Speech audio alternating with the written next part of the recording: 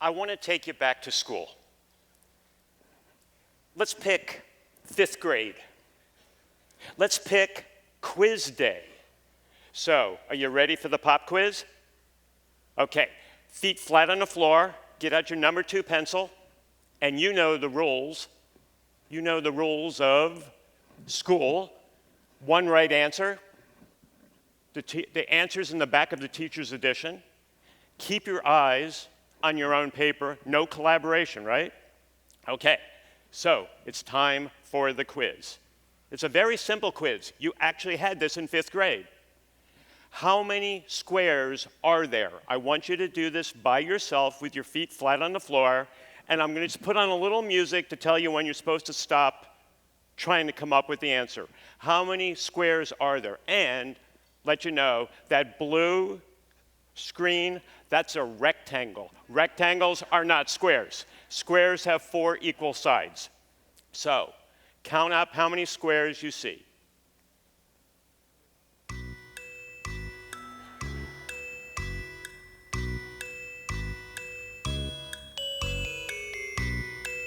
And if you see one answer, hey, why don't you look for a second right answer? If you hear the person next to you say something, maybe listen.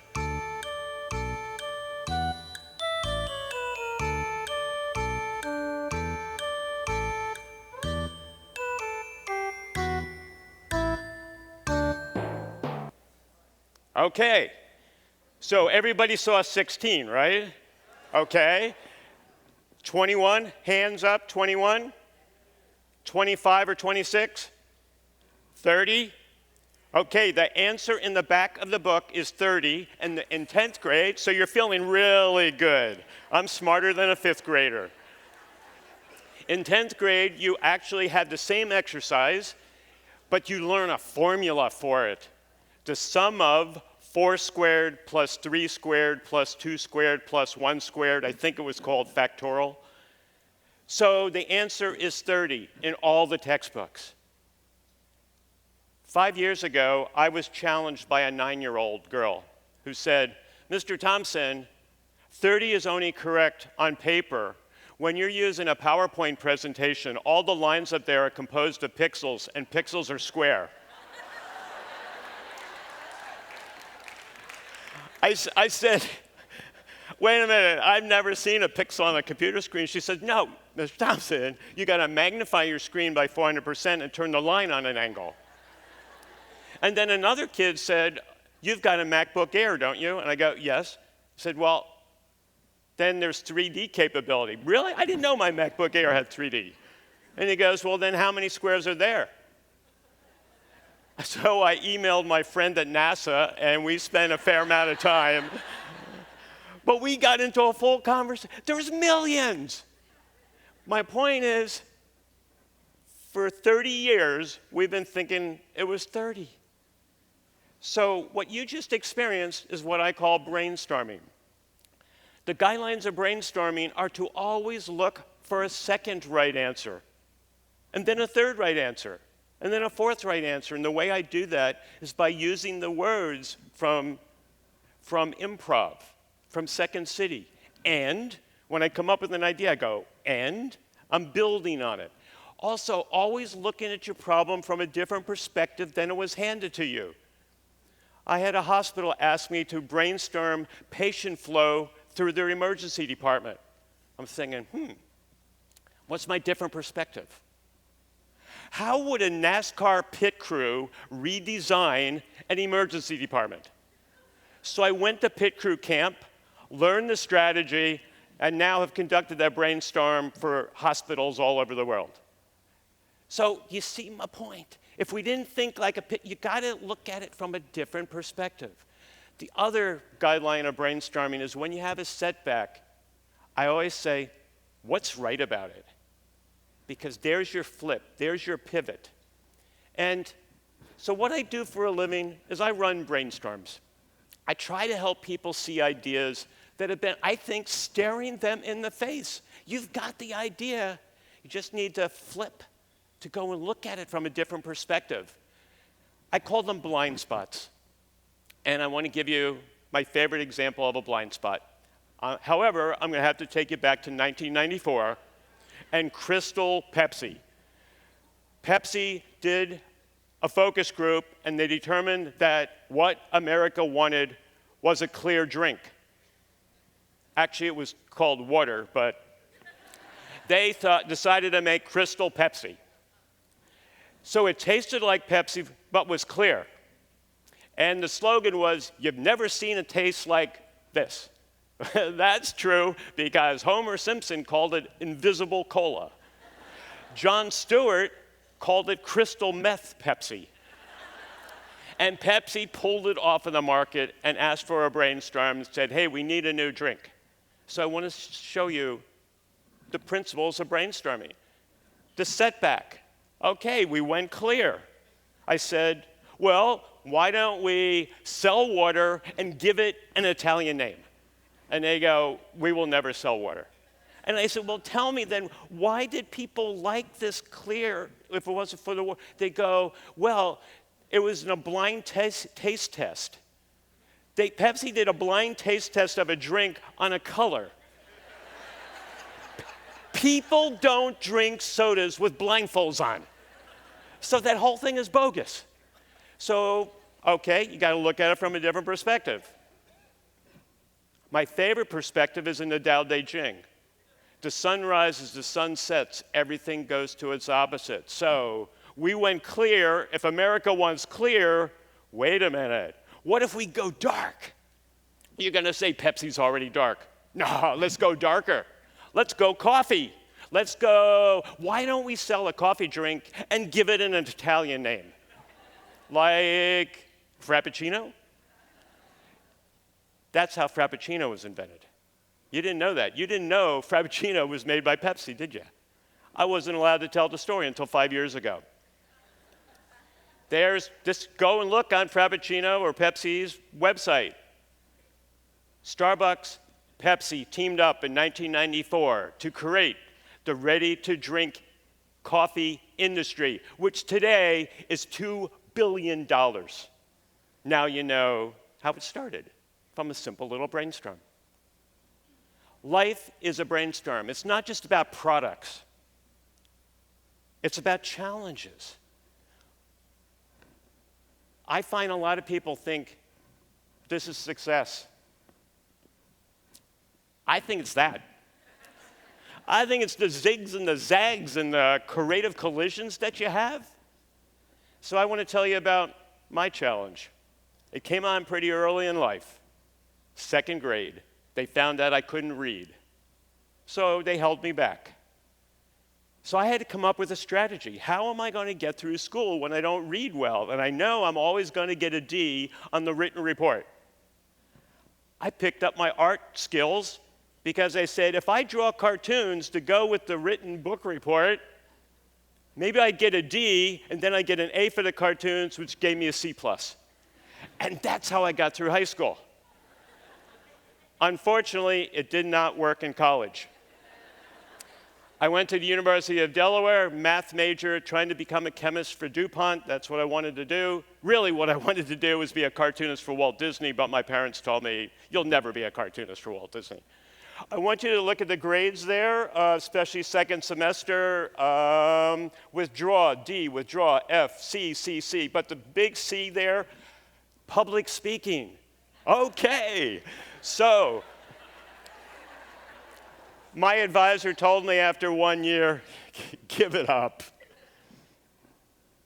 So I got drafted. I got drafted to go to Vietnam, and I failed the medical physical because I have an autoimmune disease. I still remember it. I'm driving from Philly back to my apartment, and I'm going, the Army doesn't want me, Delaware doesn't want me, what am I going to do? So I went and got a job on an assembly line. I worked for Pepperidge Farm Bread. They made raisin bread in downtown Pennsylvania, and people stepped on the raisins that fell off the line. That was my job. I scraped the raisins off the floor. I worked 2nd shift, and it allowed me to play tennis during the day. Because playing tennis was my creative collision. I met a gentleman one day playing tennis that had just quit his job at DuPont. We got to be friends. We started playing. He was about 30 years older than me. And I kept asking him questions about, well, what was your idea? And he was blown away that I knew what polytetrafluoroethylene was because I was a math chemistry major. His name was Bill Gore. He had just created Gore-Tex, and he hired me as one of his first employees. And he said, here's your job. I love your cartooning. I love how you interact with people. You seem to be creative. Every week, come into my office with a new use for Gore-Tex. That was my job. It was a blast for a 20-year-old. But my best idea didn't come at work. It came, unfortunately, being in the hospital 3 months later, again for my stomach, when I noticed that the patient in the other bed that had a broken back was getting bed sores. And I'm saying, whoa, bed sores come from that sheet and it's hot and all that. What if I put Gore-Tex on the hospital bed? We'd get rid of what's called decubital ulcers or bed sores. So as soon as I got out of the hospital, I got some Gore-Tex, took it back to the hospital. Unfortunately, the patient started slipping out of bed. Catheters broke. I mean, it was a mess. You're going to have to put a gutter on the bed to collect everything that was flowing everywhere. Because, see, Gore-Tex repels stuff. It's breathable. That's when I had to learn the concept of a second-rate answer. Where do you want the slipperiest hospital bed that nothing sticks? A burn unit. That became my first product. Still used today, 40 years later, and every time I think of our wounded warriors in the burn units, I cry because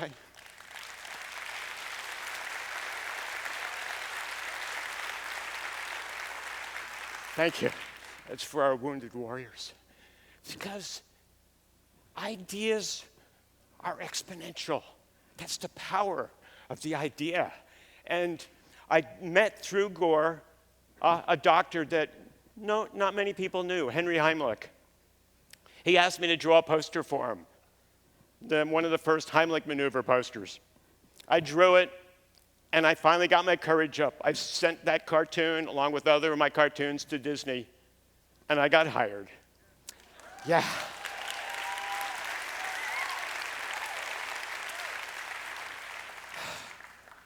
I lasted 6 months. Because I threw out an idea. I was used to throwing out ideas every week. I threw out an idea to my boss. I said, I think Disney cartoons should go on this new technology called videotape. It was called Betamax. Remember Betamax? And he said, the president of Walt Disney said our cartoons will never go on videotape as long as I'm president of Walt Disney, because he was afraid of losing control and ownership and copying and on and on and on and on. And every idea I threw out got killed.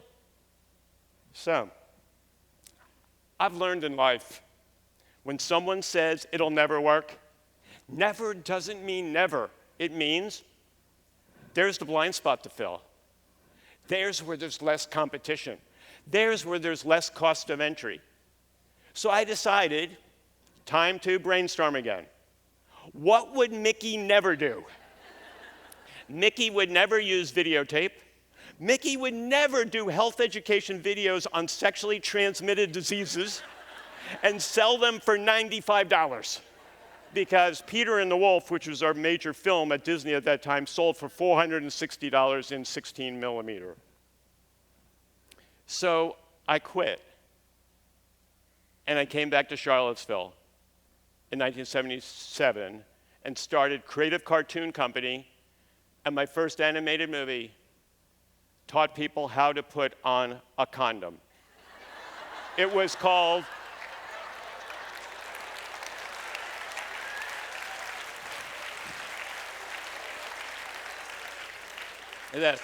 That's for Peter. So, it became a hit. People watched it backwards and forwards and upside down. And then my next movie I modeled after Herbie the Love Bug. It was called Herpy, the new VD around town. And then I did the first educational program on homosexuality. It was 2 gay tennis balls living in a tennis ball can. It was pixelation. And that introduced me to the gay community in Charlottesville. And I'll never forget when Rita Mae Brown told me one day about her friends in San Francisco that were dying with a disease that had no name. So we did the first educational program on AIDS. I lived my dream. I achieved it. I wanted to create cartoon programs to make people healthy. And I've had a great life. Life has been a brainstorm. But now, I'm in my late 60s. So, what do you do in retirement? Well, of course, you got to brainstorm. You use, my favorite technique is what would I never do? Due to the fact I now have 3 autoimmune diseases, they just keep adding up. I go, what would I never do? I would never go into an elementary school classroom and teach creativity because kids don't need the creativity, or teach entrepreneurship. And I would never go to teach in Africa and Nigeria and places around the world because, gosh, what if I got sick and I can't travel right now because of some of the health challenges I have? Well, what about Skype? What if I create a program and I call it Waggy Labs? Waggy stands for What a Great Idea. Mascot is a dog. And 6 a.m. every morning, I'm teaching in Ghana. They're the kids.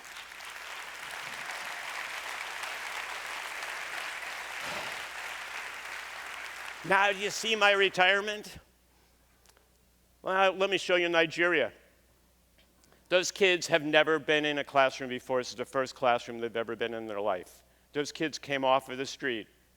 Boko Haram is after those kids. And those kids sent me an email. They call me Daddy. Because I told them, I don't have children. Ideas have been my kids my whole life. I want grandkids. Those kids now say that the ideas they come up with are going to be my grandkids. Thank you. So, in closing, just a little show you, we take the kids on a trip, the entrepreneurship, okay? And we take them a charted course. Of course, you got to have a Shark Tank, but you know I believe in opposites. So, it's a guppy tank. There you see a couple of the guppy tanks. One of the kids just invented soap on a rope last week. They think they invented it. Fine, we're funding it. Because they said the kids don't wash their hands well, so they took bar soap, drilled a hole in it, put a rope around it, and then created a sign. Okay, in closing, I didn't like homework, but I've got homework for you. I hope you like it. I want to know what your blind spots are. So in your bag, there's a little card. And what I'm going to ask you to do is write down 5 things that you would never do that would help you achieve your dream, or 5 opposites. So when you can, write them down. And put that card on your refrigerator door. And as you walk by it, go, what's right about that? In closing, Plato said something. I never read Plato. I heard this on NPR. But Plato said, we all strive to achieve immortality. And there's 3 ways to achieve immortality. One way is by having children. Second way is by planting trees. And the third way is by creating ideas and help make them happen. Go forth, Charlottesville, achieve immortality. Thank you.